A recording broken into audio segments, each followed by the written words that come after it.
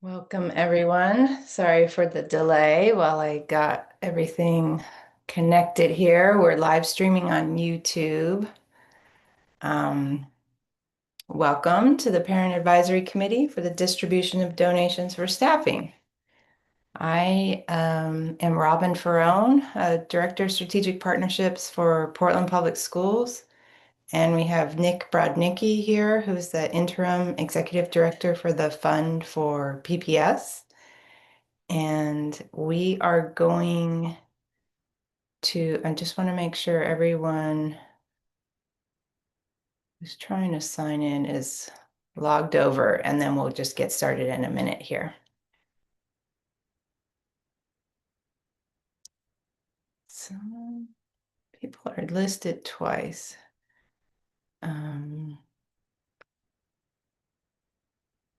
Isla and Lily, were you trying to sign on with a different device? Should I ignore those other ones that are coming up?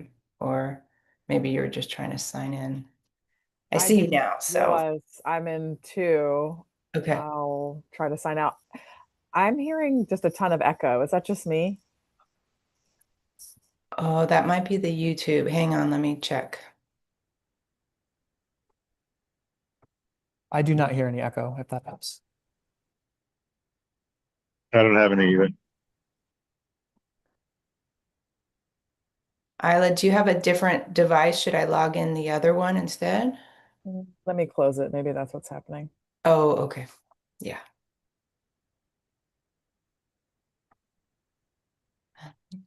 Melissa, what's happening?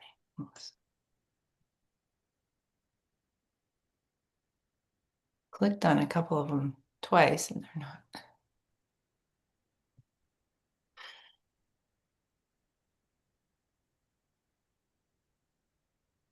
I'm actually going to leave and rejoin.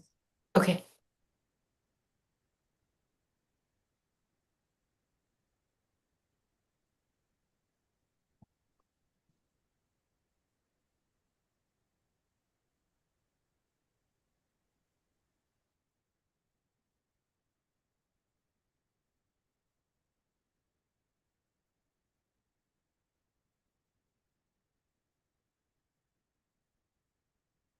Maybe Melissa is not on the committee, and that's why she's not accepting my invitation to promote to panelist. Okay. We do need more representatives, though.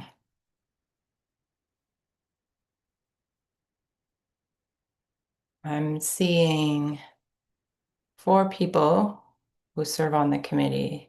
Lily Martinez, our student rep. Welcome. Amy, Isla, and Daniel.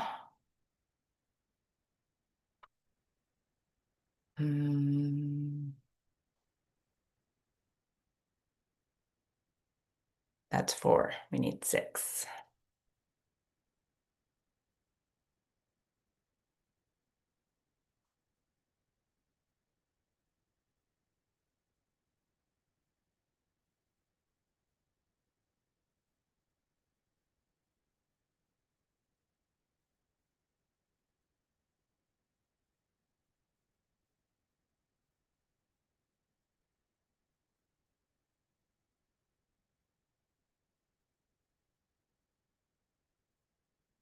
All right, I'm back and the sound's fine. Okay, great. I do see your name on there twice. I'm not sure if that, but that's fine.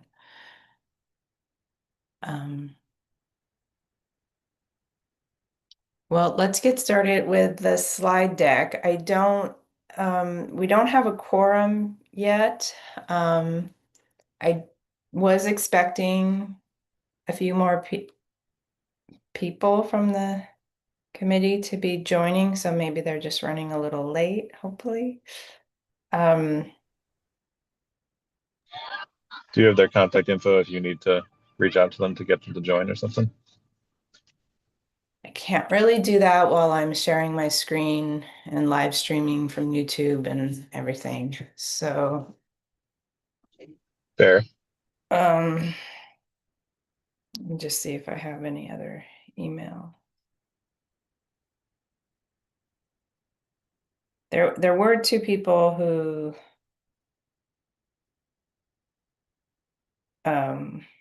sent me some comments but they weren't able to join, and it looks like our other student is not able to join.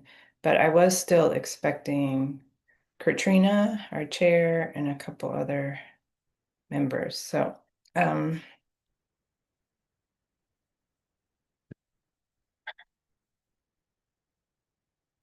we'll just let's just call the meeting to order, and let's just start going through the slide deck and see if some more people come in. Okay.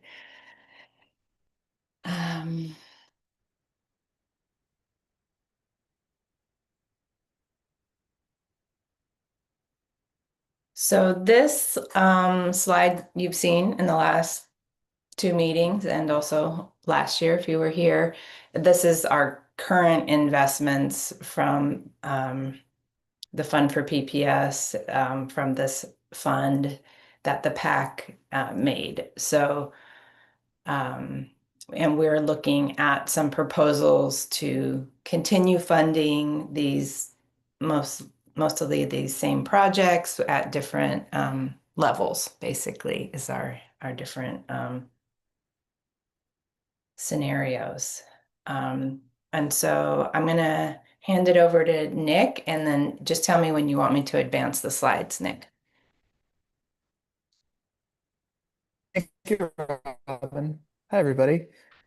For the sake of our conference recorded, I think we have the opportunity post-meeting to engage with everybody who wasn't here on an appropriate voting process. I do think for the sake of tonight, we have the opportunity to just make sure we have all of our information down from our last meeting into today. So I appreciate everybody who's able to make it tonight. And for those who are going to see this recording, thank you for also looking through this information with us.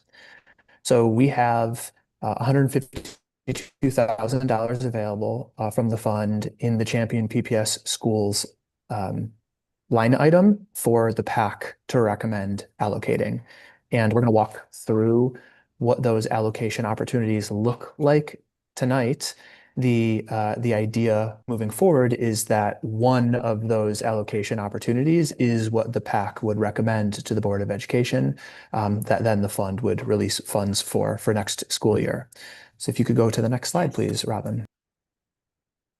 So what I'm going to do is I'm going to talk through the three focus areas that the PAC had previously funded, and we have received funding requests for next year.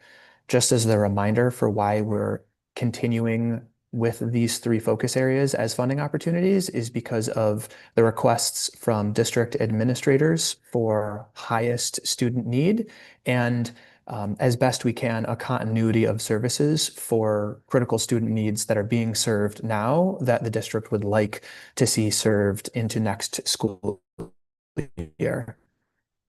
There's those three focus areas. The first one is the funding request for high-end tutoring. It's worth calling out that because of our timing and fundraising cycles for the fund, the district administration staff in charge of this the area at the district has found a short-term alternative solution for a portion of the schools that they'd like to fund for this coming school year. And they'd still like to round out the number of schools that receive support. And obviously that's about the students. The funding is just based on school. That's why I'm describing it that way. So as you can see on the top left of this slide under description, funding is already in place to serve 40 schools. The district administration team in charge of here found a way to make that happen just because of our timelines. And they, there's PPS reading support EAs that will serve 9 SDLIs and co-located SDLI schools offering tutoring in English and Spanish, and then reading results will serve 31 schools. Below that is how students access the program. You're definitely welcome to read through those pieces. from this current school year, we've served about 1,200 students via this program, and that totals almost 1 million minutes in tutoring. So that's a standard way that these processes are paid attention to and evaluated. So it's worth stating then that the average growth after 20 weeks of tutoring has been 23 to 37% for students as a part of this high impact tutoring program. There are 3 funding options from the high impact tutoring team. Each of them serve a certain number of schools, and there's a function of scale that's available with the highest amount of money, whereas the lowest amount of money just doesn't have the kind of scale necessary. So it's a significantly smaller amount of EA support. So you're going to see these ranges on the right side of the slide. Option 1 is just shy of $145,000 down to option 3 with $105,000. Option 1 provides 7 reading support EAs and 2 lead teachers. Option 2, 6 EAs with 2 lead teachers. And then option 3 is 3 EAs with 1 lead teacher. The force function here is the amount of teacher to lead teacher to EA support that's required through this process. You can add folks once you have that second lead teacher. In the initial funding opportunity, down in option 3 with only 1 lead teacher, you can only have 3 reading support EAs. Also worth noting for this path forward is the how schools qualify here, because all of these approaches are data driven. So with option 1, schools with more than 30 students below or approaching K5 reading benchmarks qualify for this extra support. And that's the same for option 2, but for option 3, where you're limiting the amount of engagement just because it's less funding, it's schools with 40 students below or approaching the K5 reading benchmarks that would qualify for this. Again, this funding is to help support more schools with high impact tutoring. The district has found a way to support 40 total schools for this coming school year with some version of high impact tutoring. So this is the first option. What I'm going to do is walk through the first request. I'm going to walk quickly through request 2 and 3, and then we're going to show you all of these, the matrix of these requests, and then we can have discussion. So if you could show me the next slide, Robin.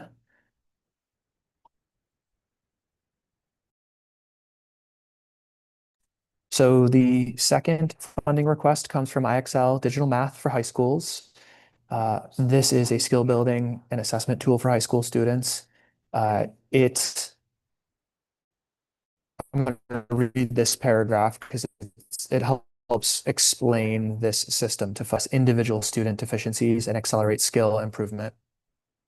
While K-8 students utilize a program called iReady, high schools currently lack an instructional resource that spans lower grade levels where students may have foundational gaps in their math learning.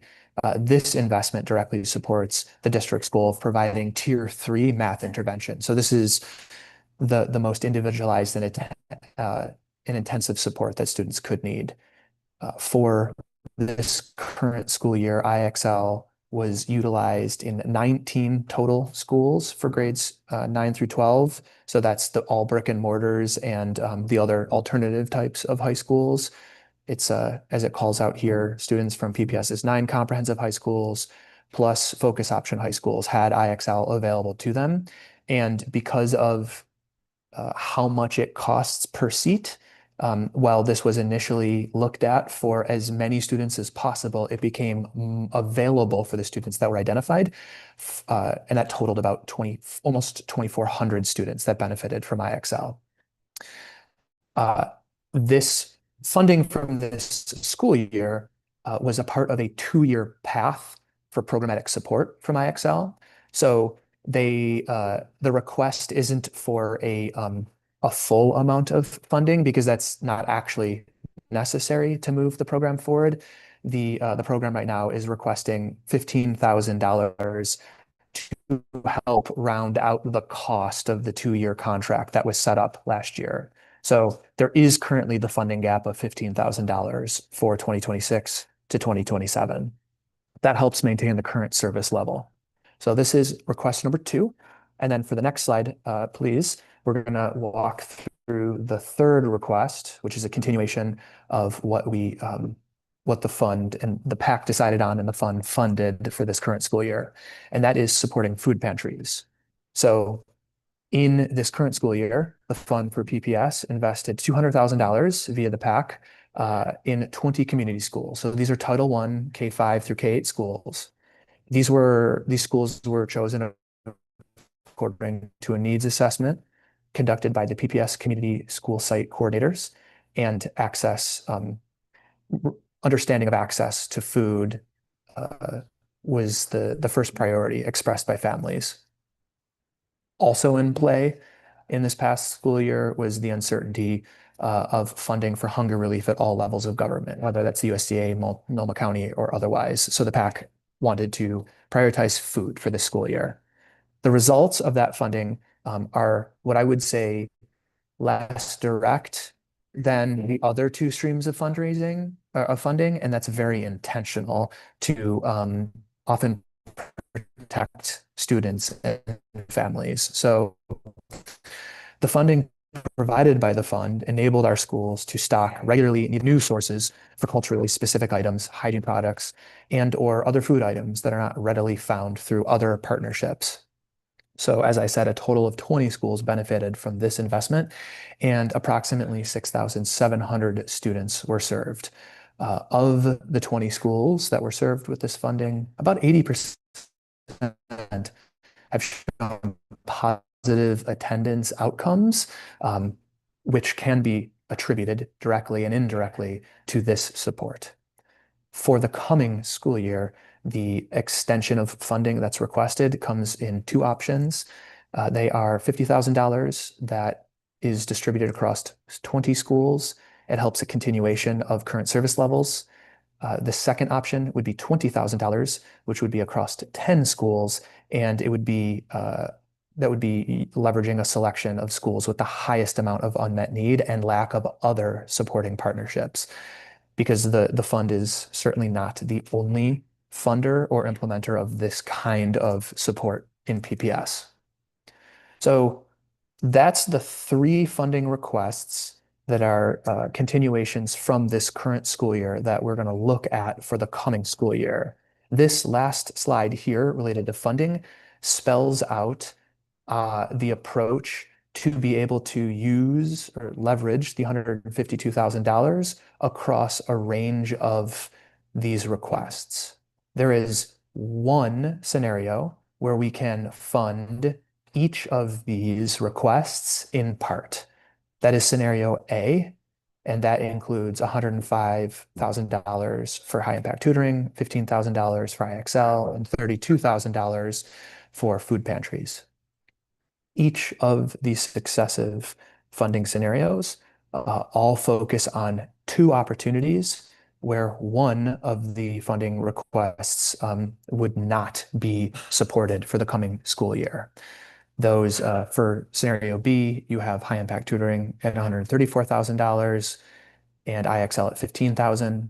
Scenario C, as you can see, is a full investment in high impact tutoring with $144,000, and food pantries then receive the remaining $8,000 that's left. And then in scenario D, you go back to $134,000 for high impact tutoring, and food pantries receive $18,000. So across each of the scenarios, there's only one where high impact tutoring is fully funded for the extension request that's been made. That's in scenario B. The rest of the scenarios are lesser funding amounts. And then IXL and food pantries all have a range of support based on how much money goes to high impact tutoring. The last thing I'll say before Robin can please chime in on anything that I've missed. The last thing I'll say is the reason high impact tutoring leads for each of these is because this is the most cost intensive request. It is one of the primary foundational skip directives and focuses of the superintendent. And you simply cannot reduce the amount of money below the the option 3 threshold of $105,000 and be able to deliver any high impact tutoring within the contracts and programs that the district already has set up. So that's one of our like limiting entry points. That's why each of these categories starts with high impact tutoring investments, and then is the rest of the money is distributed across other opportunities. Robin, is there anything you'd like to add to that? That was great. I was just going to mention, I do have statements from two of our representatives who were not able to come that I can read at the appropriate time to provide their feedback, but I think I would rather open the floor if people have any questions about what Nick presented, and then I could do that at the right time. Yeah. Like when we go into a discussion, maybe scenarios or such. Looks like Dan has a question. So first question, so with the last year's funding, there was 100,000 that was put aside for fundraising efforts. It sounds like there wasn't much in the way of fundraising efforts because we didn't have a director until recently. Is the 150,000 that we're talking about now including that 100,000, or did that 100,000 wind up getting spent after all? The 100,000 has already been earmarked and will be spent. Some of it within this current fiscal year, some of it with this summer within the next fiscal year, but that $100,000 is not within this $152,000. Okay, so this is an additional funds that were raised. These are separate funds that have been raised for distribution. Okay, awesome. Thank you.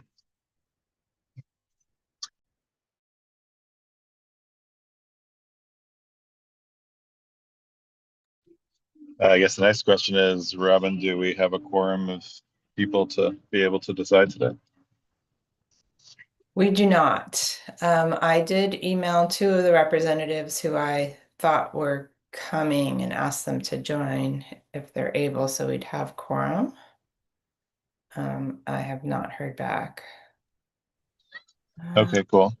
So what happens if we don't have a quorum? Would we wind up having another meeting to be able to do the voting? Yes, most likely there could be a potential email vote. I think it would still be productive to have a discussion and identify a scenario that this group, if there's one that there would be agreement among this group, then that could help narrow things down for an email vote.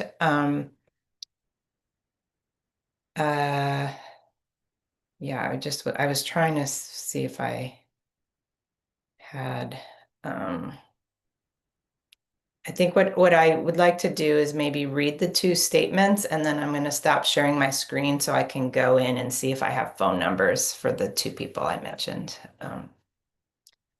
If that's okay.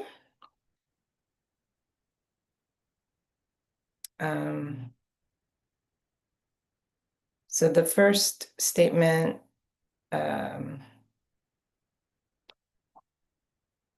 is from Kelly, who is a new representative. She said she sent it earlier and it didn't go through. So I didn't get it until like right before the meeting, so I was not able to load it. She's requesting that this be read aloud. Okay, so due to decades of underfunding by the state legislature and lack of adequate strategic plans by Oregon's top public school superintendent, I'm referring to Oregon governors, past and present, a trust issue has developed between PPS and its community members, including parents, teachers, community groups, and the general public. This is not surprising.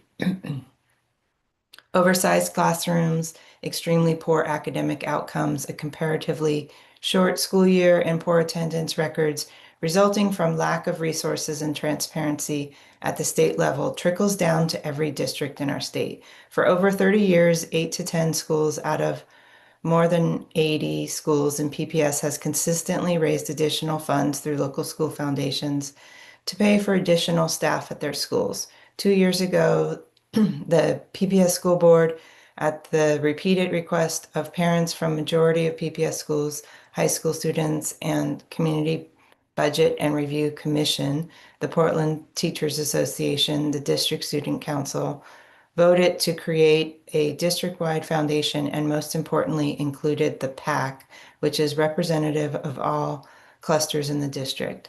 Due to a transition in leadership of both PPS and the Fund for PPS, the appointment of an executive director for the Fund for PPS was delayed, and as a result, we are faced with a smaller pool of funds to distribute to our schools. Some of us have expressed deep frustration at this circumstance. This is unfortunate, but not the end of the world. We do have funds to distribute, and we should take lessons learned from last year's PAC in helping to guide our decision this year.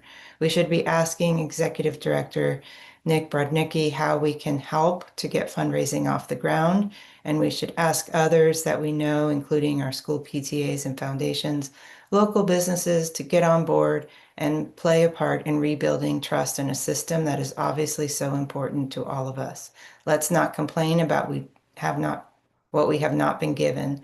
To quote Joan Baez, action is the antidote to despair. We have been selected to lead this charge for successful outcomes, not to pick apart for being less than what we had hoped for.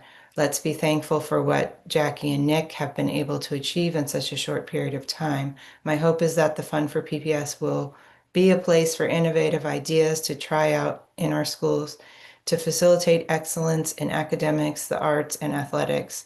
Neither the Fund for PPS nor any privately sourced dollars should be required to fill resource gaps created by inaction in Salem. In the meantime, let's work to the benefit for as many schools as possible with a focus on students with the greatest need. Thanks, Kelly.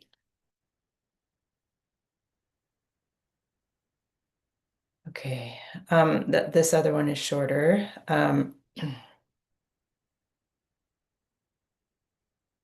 From Anna Arujo.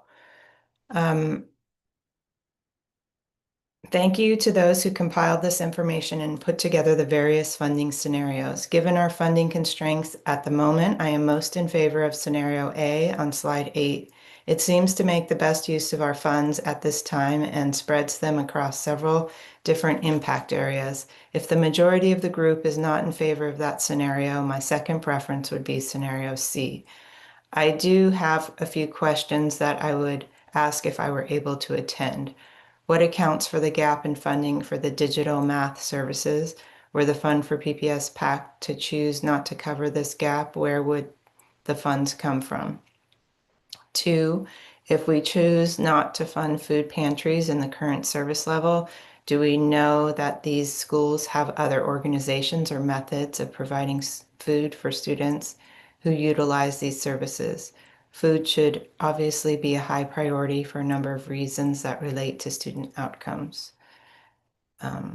Many thanks. Apologies for missing the meeting. For the sake of addressing those questions, Robin, I would say neither Robin nor I speak for district administration when it comes to funding sources. So for anything that the fund doesn't fully fund via this process, all district administrators are looking for alternative paths, whether that be repurposing current budgets or finding new sources of money. There's never a guarantee that it would come across any of these opportunities. And then for the second one, related to food, the district, individual schools, and the district itself has a dozen plus relationships related to food access and food security support. Those opportunities and those partnerships have all levels of stability and instability right now in our current funding environments. So, each school is navigating that, whether they are also a Sun site or whether they're a community school in the case of these 20 schools, and whether they're an Oregon Food Bank appointed school or otherwise. it would be a school by school basis where that conversation would be had on what kind of support they would be able to secure, whether or not the PAC distributes money to them. So it's super variable how that would work out.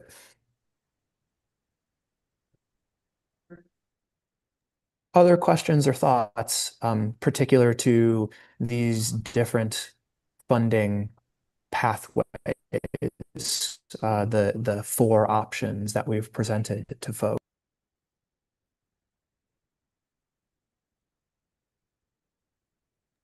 So my question relates to IXL.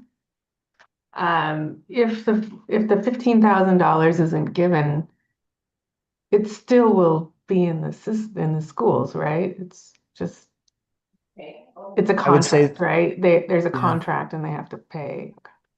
The number of seats, so it's a contract with a variable amount of seats up to a certain level is the way it was described to us. Okay. And I would say that there would be a certain number of students, a lesser number of students that would still be supported, but the 15 grand helps keep the service level the same. So if the district administration team administering this wants to keep it at the same level, they would certainly have to go find more dollars. Otherwise, they'd probably deliver it to just less students. Is there any data on the success of the IXL program? There is most of the data that we've been given so far comes with the caveat that they need to make it through the entire school year for it to be relevant for a presentation, because there's a number of elements associated with like final tests that make it really I guess most useful or most complete is the way I would describe it. And right now, it's been described as reasonably transformational for a lot of students, but it is such a case-by-case basis on how it works for students, because it doesn't sit in place of something like high impact tutoring. It's very much like an extra additional element to the teaching focus that a teacher has. So the feedback we've received is it just depends on the student if it's been impactful. But I would say the majority of students have seen positive outcomes. Thank you. It's just not as measurable as like high impact tutoring right now. Right, it's harder to tell when it's so individualized, right?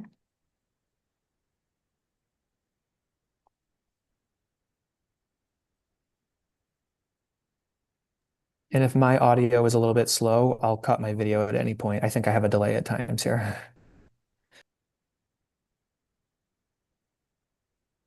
Thank you for your questions, Amy.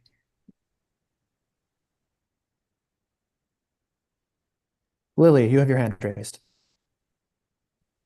Yeah, I was just wondering about IXL too, because I'm a high school student at Roosevelt and I'm on my fourth year of math and I've never been offered it.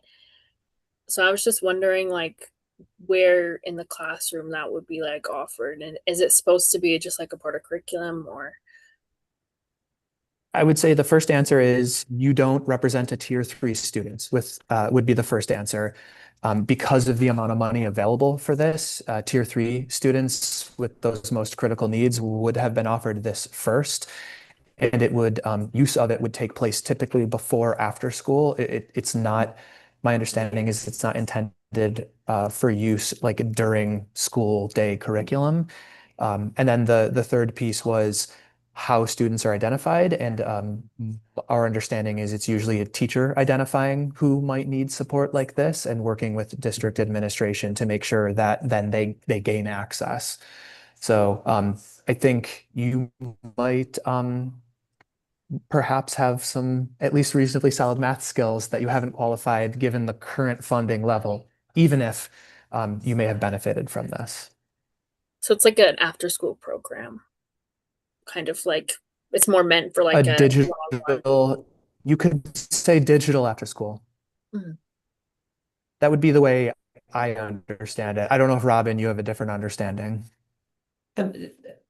The teacher is directing it for the student and then having like identifying the gaps based on the testing, the benchmark, and then assigning them to work on problems like certain sections that to practice and bring up their skills in that area. and then they do another assessment. So it's sort of an ongoing, led by the teacher. And it varies, the format of how it's delivered varies by school. And also it takes longer to get the data because it's embedded in teachers and schools versus the high impact tutoring is like a district-wide program managed at the district level. So those are some of the differences there.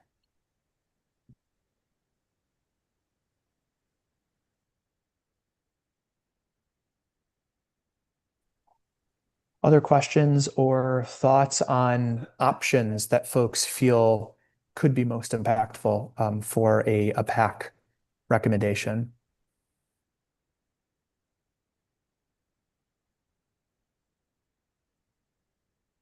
Well, personally, I feel that the IXL is a nice to have, but not a have to have, and it sounds like it's already budgeted for a good chunk of it elsewhere.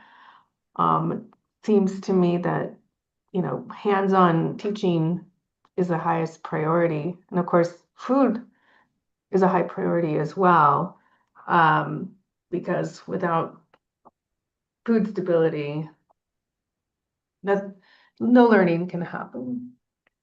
So I would be a proponent of, I think it's scenarios C and D. I can't remember the scenarios, but Oh, yeah. where we're putting more of the funds in the tutoring and the food. That's my personal opinion.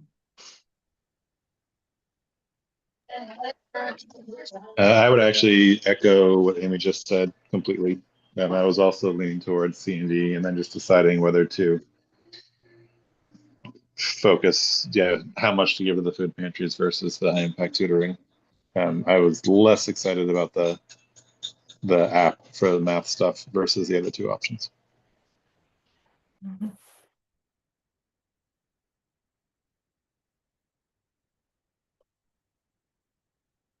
So the biggest difference between C and D, so with C, it's the option 1 for high impact tutoring serving 7 schools. And they provided us with some student estimates of like between 30 and 40 students would be served at each school. And then the scenario D is option 2, where it's at 6 schools. And then the balance is how much the food pantry would get, the more in the scenario D. Isla, did you have your hand raised? Yeah. I was interested in the possibility of option 3, high impact tutoring plus the full funding of food pantries. That brings you to 155, which I think is 2,000 or 3,000 more than we have. Is there any flexibility in terms of the rest of the money in the fund for getting an additional 3,000 to be able to fully fund a high impact scenario and the food pantries? That would be a good conversation for me to bring to the board of the fund. Governance doesn't dictate that money outside of Champion PPS schools can be allocated in a current year. So there's certainly the conversation to be had for a one-time opportunity to leverage other fund money for a current process. So it's a conversation that can be had, certainly. Good conversation to have. So you're talking about option 1, 144K for high impact tutoring, and then the full food pantry investment amount. That would be great, but that would be, if we did 144 plus the 50, that's 193. So that'd be like 40,000 more than you have. I was just thinking that option 3 of high impact tutoring 105 plus the 50 is 155. So that was really close to what you have. But if you're able to get 40, that's even better. I would say that doesn't fit the current model right now to be able to just, yes, add money like that, although I would love to. So you're saying option, I'm not writing things down so I can pay attention to the screen and listen, but you're saying the 105 for high impact tutoring, and then which listed level for food pantries? The one that keeps at its current service level, which is $50,000 for 20 schools. $50,000. Got it. It was Okay. 155, which just seems so painfully close to what you have. Sure. Yeah, I would say that is still a trade-off for the high impact tutoring though, because then you're only serving 3 additional schools rather than their request of 7. I did want to point out on the food pantry slide with the $50,000, they would be able to serve 20 schools, and I think we mentioned about how the levels of partnership and support that they have in schools vary, depending on the school, whether they have a sun site, whether they have a partnership with food bank or local churches or different, there's all different types of partnerships. The $20,000 amount could serve 10 schools. So it's a more targeted approach. So it's not that everybody's getting less money. It's like serving the schools that have the least amount of partnerships and the highest needs. So I just wanted to share they're like slightly different kind of strategies of using the funds.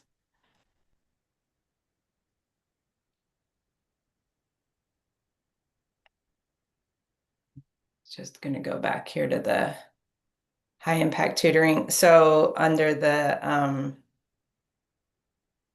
option 1, there is some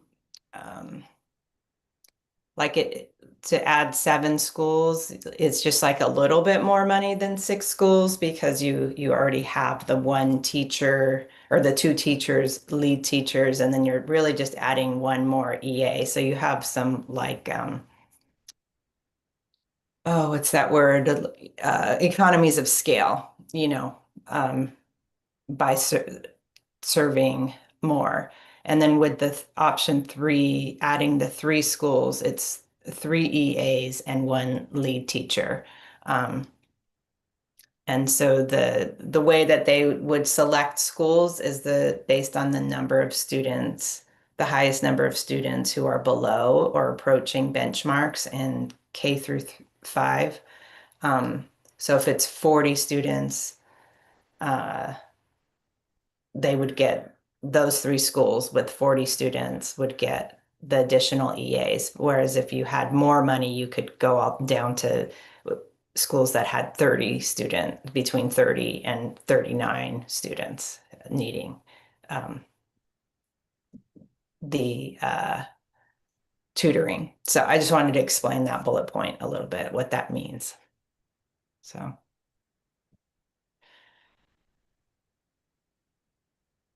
Is there a certain slide you want me to go back to, the scenario slide, or does anyone have any other questions on these ones? No. Okay, I'm just gonna go back through here. So yeah. Robin, I'll just call out for everybody. I want to real quickly. So in 12 minutes, I have to exit the conversation. This is scheduled to go for the next 42 minutes. So for at least the folks that we have here, the questions and comments that everybody wants to talk about, if there's something that the fund specifically would need to answer, I can put that in writing afterwards to follow up with you if there's something that we can't answer as a part of this call.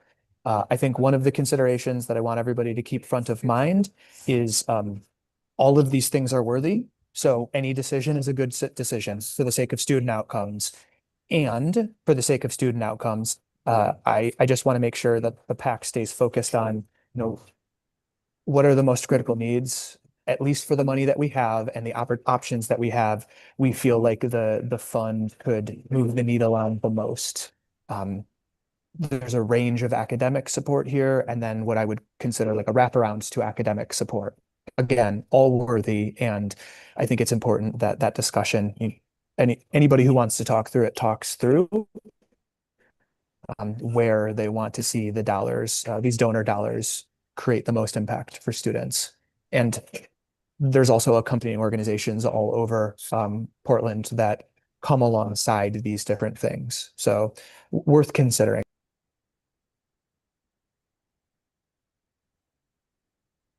I do think we should end at 6 though tonight, Nick, considering we don't have a quorum and we're probably going to need to have another meeting or That's fair. Understood.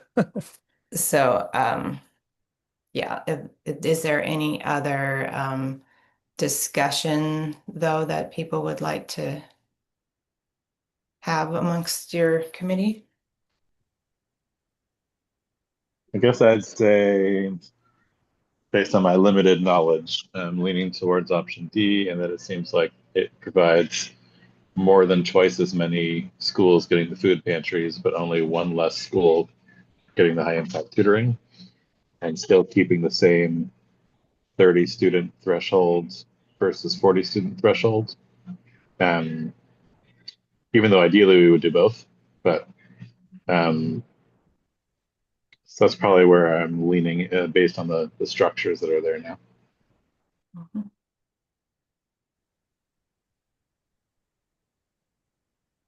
For the high impact tutoring model, I think when you go to options 1 and 2, you're getting more bang for your buck, just because of the economies of scale, as you said, Robin. And I think since we have limited amount of funding, we do need to find where we get more bang for our buck. So I would also be in favor of yeah, C or D. I think that's the best use of the funds we have.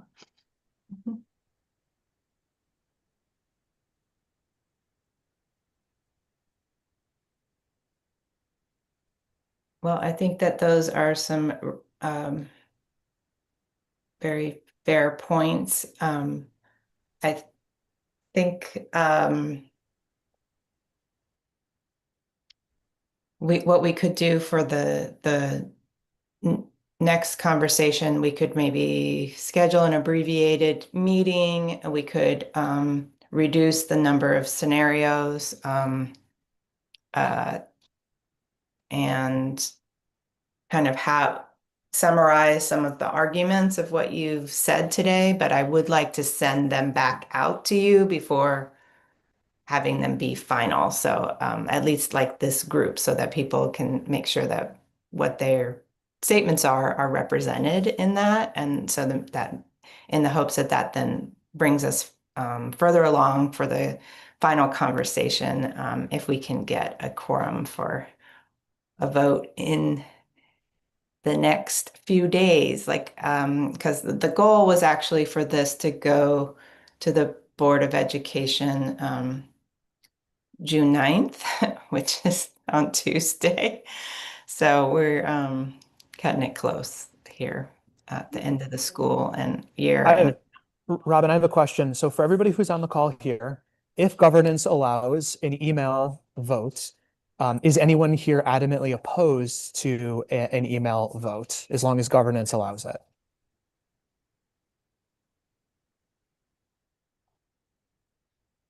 Okay, I hear silence. So I think we're going to explore that opportunity based on this discussion. And I think make sure that we pose these scenarios to the full pack via email to see if anyone wants to comment on that thread. For the sake of this continuing to be public record, anything that anybody writes associated with this would get distributed with notes, just so we're all clear on sharing mechanisms.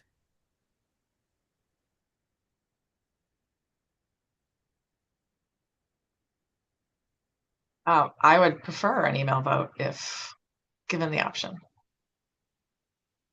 Yeah, I will confer with the board office about the rules around that, but I certainly see the advantage to that. Yeah, for scheduling and the tight timeline. Yeah.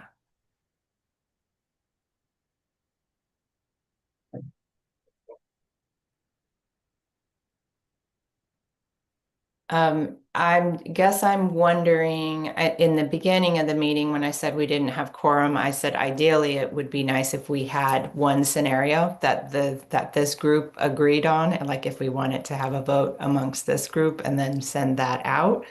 I don't know whether if that's possible. I think it might be complicated to do an email vote with 4 different choices. Like, I don't really think that's going to be possible. So I think if we could get it down to 1 or 2, that would be more realistic for an email vote. Lily and David both, sorry, Daniel, both expressed interest in C or D. I'm fine with having those be the only 2 options available if we want to eliminate A and B. Mhm. Okay. Is there agreement among it? Just raise your hand if everyone agrees with that kind of. Yeah. Okay. Great. I think that is very helpful.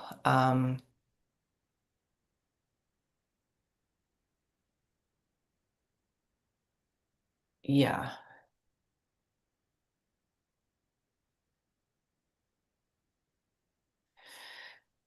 Okay. Well, how about I write up the minutes, try to describe and then draft like what the scenarios are and some of the reasons that were stated for why in the meeting. I'm not going to attribute it to anyone, but just sort of like what some of the reasons that we've heard of why. These we've narrowed down to these 2.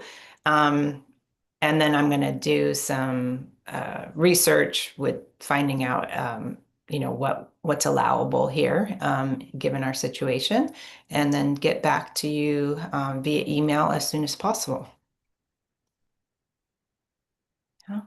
Thank you. Yeah. Thank Thank you you. so Thank you. much Thank you for your coming. work, Robin. Yeah, I really appreciate you coming and sharing your time and thoughts with us. And I'm sorry that we didn't get 2 more people to be able to go over the finish line here. So we'll get there. Yeah. Thanks. All right. Take care. Thank you. Oh, Thank you. I have one more quick question, Robin. I guess Yeah. we could do it out of the call, but so for instance, for me, I was brought in to do a 2-year process for this. Obviously, the second year is now over, like about to be over because we only had 2 meetings. Mhm.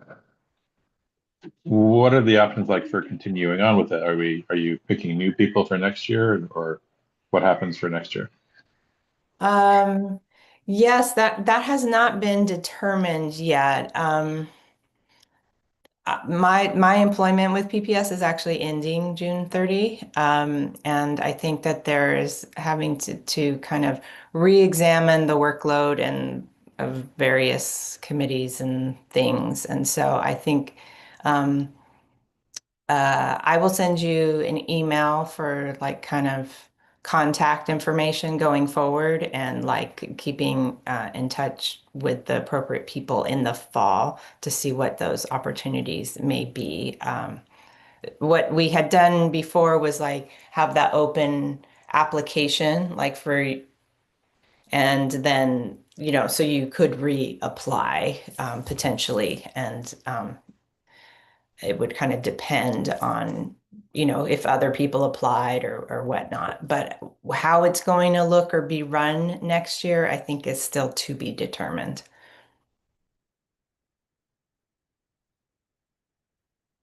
But thank you for your interest. And also, I would love to be able to share the contact information from everyone who has served with Nick for the Fund for PPS, because they will also be convening various groups. So if you want to stay involved that way as well, that's like open. So Well, that's too bad to hear that you're not going to be working there anymore. Well, thank you for your help with all this, and wish you the best in your next endeavors. Thank you. That's very kind. Appreciate that. All right. And happy summer, Lily. Thank you. Okay, take care. Bye-bye. Thank you, everyone.